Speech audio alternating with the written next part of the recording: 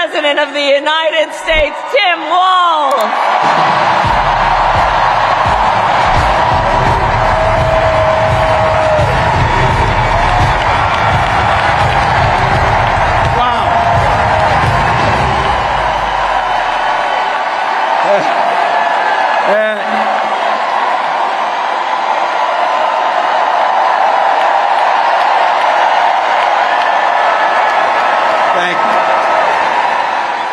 Wow. Thank you, Philadelphia.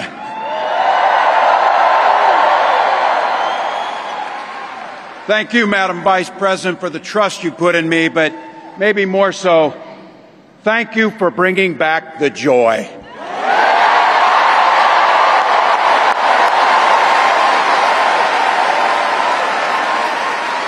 I'm thrilled to be on this journey with you and Doug, this incredible journey. And Pennsylvania, I know you know this, but my God, what a treasure you have in Josh Shapiro.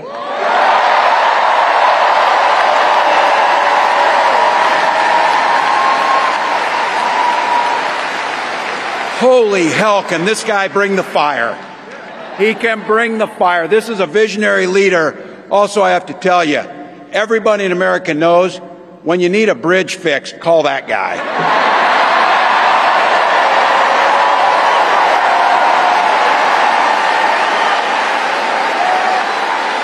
And I think sometimes we forget, and you see people a little one-dimensional, but seeing a guy who cares so deeply about his family, a man with compassion, vision, and I'll have to tell you this, I know this from experience, there is no one you would rather go to a Springsteen concert in Jersey with than him, than that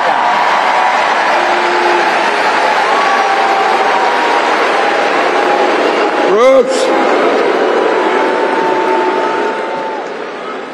And I can't wait for all of you and America to get to know my incredible wife, Gwen, a 29-year public school educator.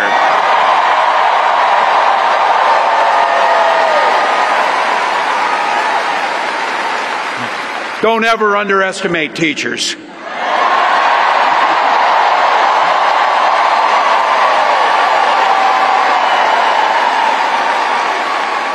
And our two beautiful kids, Hope and Gus. I couldn't be prouder to be on this ticket and to help Vice President Harris become what we all know is very, very good for us to think about. Next President of the United States of America.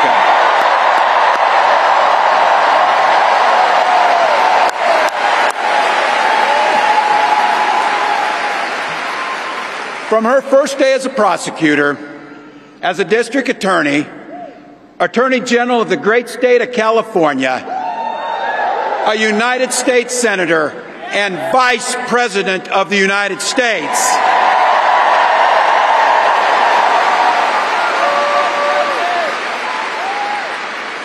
Vice President Harris has fought on the side of the American people. She took on the predators, she took on the fraudsters, she took down the transnational gangs, she stood up against powerful corporate interests, and she never hesitated to reach across the aisle if it meant improving people's lives.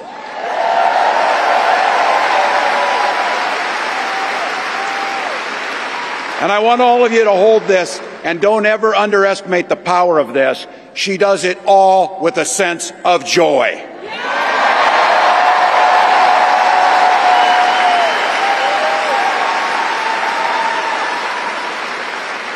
I know a little something about that commitment to people. I was born in West Point, Nebraska. I lived in Butte, a small town of 400, where community was a way of life. Growing up, I spent the summers working on the family farm. My mom and dad taught us, show generosity towards your neighbors and work for a common good.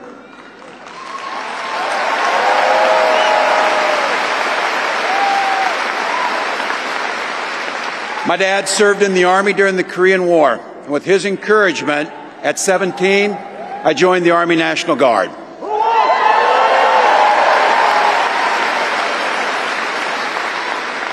For 24 years, I proudly wore the uniform of this nation.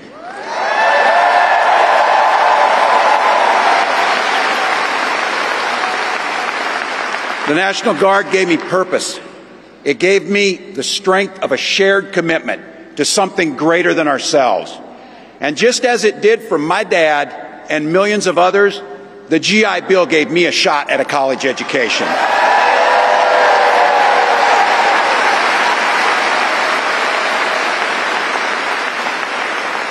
My dad was a teacher. My brothers and sisters and I followed in their footsteps. 3 out of 4 of us married teachers. It's what we do. For nearly 20 years, I had the privilege of teaching high school social studies and coaching football.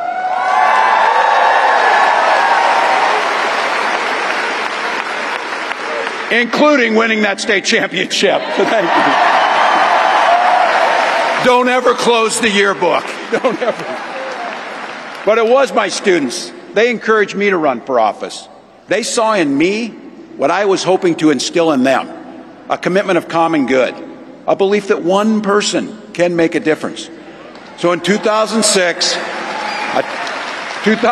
I took a leap and I ran for Congress.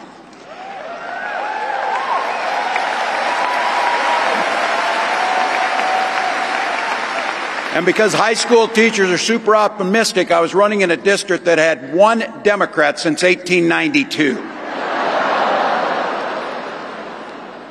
Well, my neighbors graced me with an opportunity to represent them in the United States House of Representatives.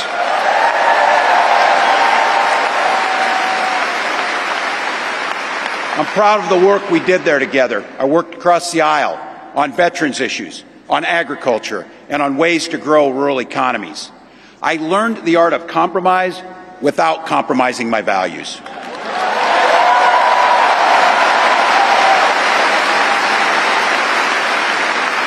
And now, as governor of the great state of Minnesota, I bring those experiences to bear in tackling the challenges that are facing our great state.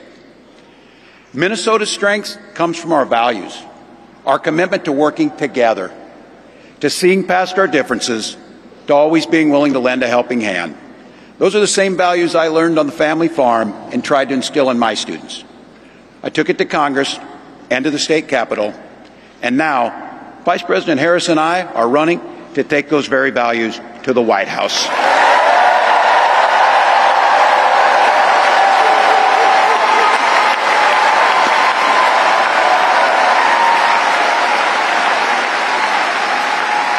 Now, Donald Trump sees the world a little differently than us.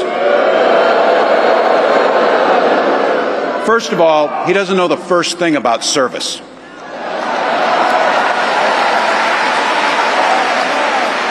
He doesn't have time for it because he's too busy serving himself. Again and again and again, Trump weakens our economy to strengthen his own hand. He mocks our laws. He sows chaos and division. And that's to say nothing of his record as president. He froze in the face of the COVID crisis. He drove our economy into the ground. And make no mistake, violent crime was up under Donald Trump.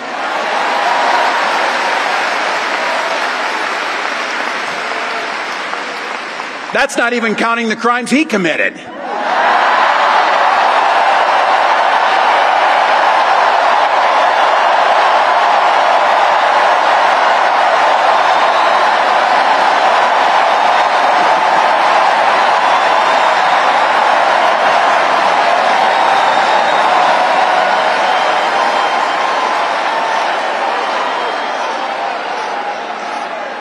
You know, some of us are,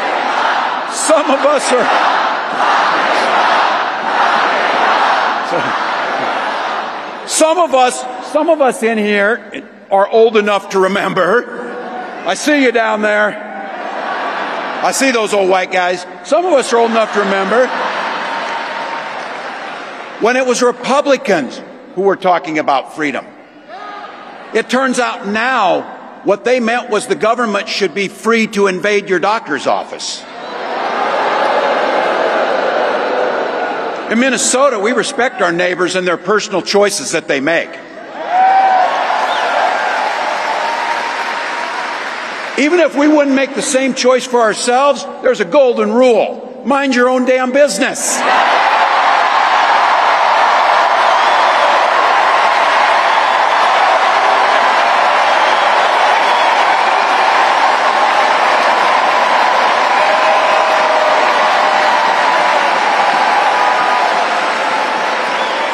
These guys are after my heart chanting, mind your own damn business. That feels good, so thank you.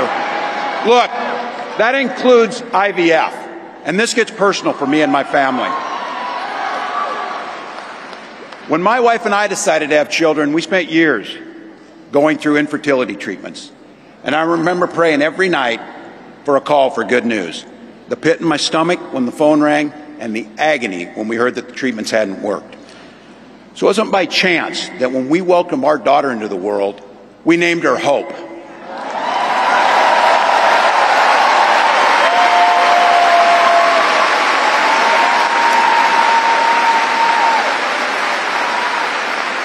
When Vice President and I talk about freedom, we mean the freedom to make your own health care decisions.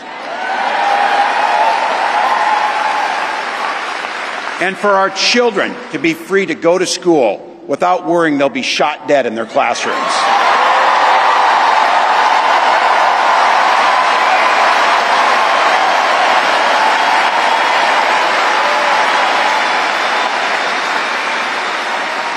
By the way, as you heard, I was one of the best shots in Congress, but in Minnesota, we believe in the Second Amendment, but we also believe in common sense gun violence laws.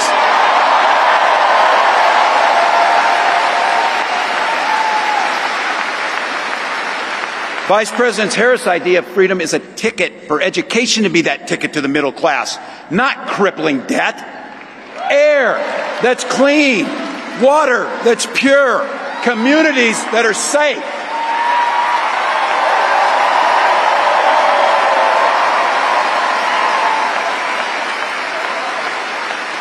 A place where we settle our political differences not through violence, but with our votes.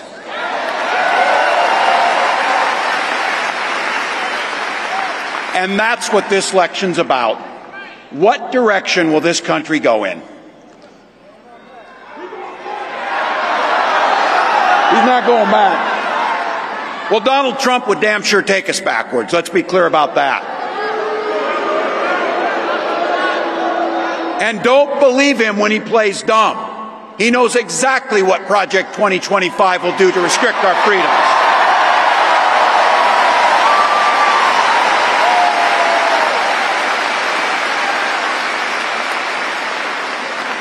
To rig the economy to help the super rich. If Trump gets a chance to return, he's going to pick up exactly where he left off 4 years ago. Only this time, it will be much, much worse. Raising costs on middle-class family. He will repeal the Affordable Care Act, no doubt about it. He'll gut Social Security and Medicare.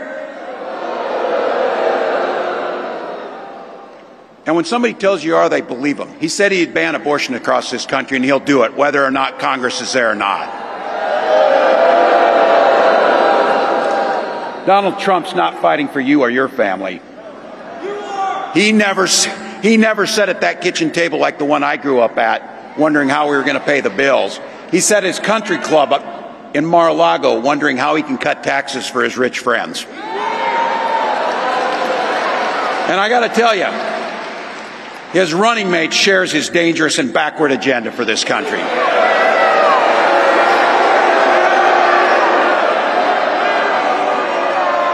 J.D. Vance literally wrote the foreword for the architect of the Project 2025 agenda.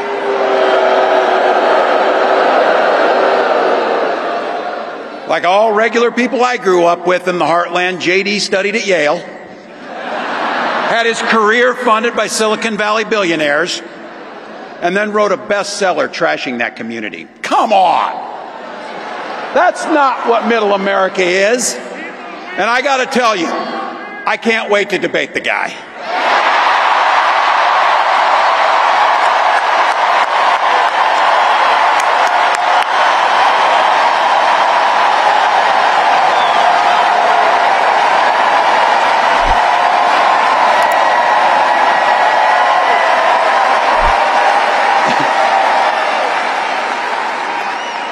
That is if he's willing to get off the couch and show up. So, you see what I did there?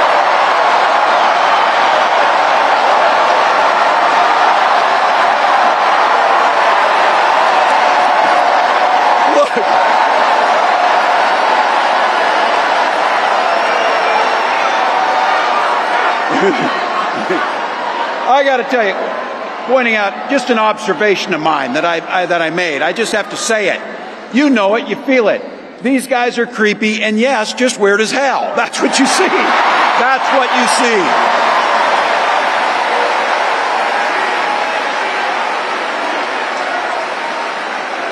So you know what's out there, so say it with me.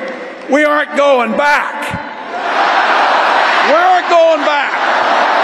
We are not going back.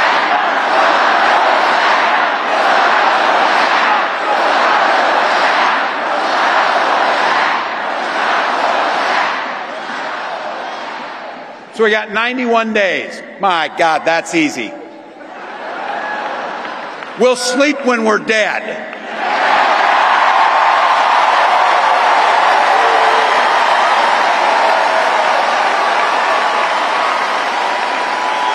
Over those next 91 days and every day in the White House, I'll have Vice President Harris's back.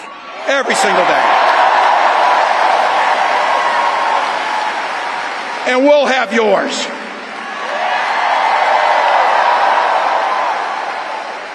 You know how this works. We can't do it alone. We need you, each and every one of you.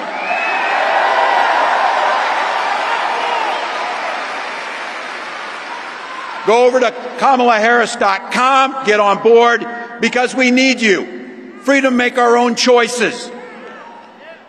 This leader, this compassionate, careful, joyous leader believes in each and every one of you.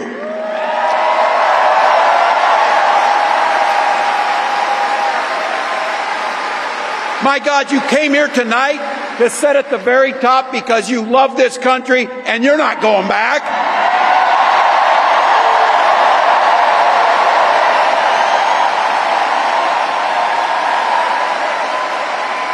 She believes in the opportunity for every single person to join the middle class.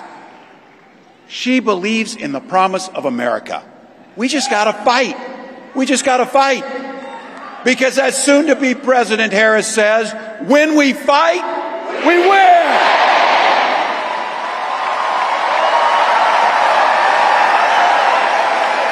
Thank you, Philadelphia. Thank you, Vice President. God bless America.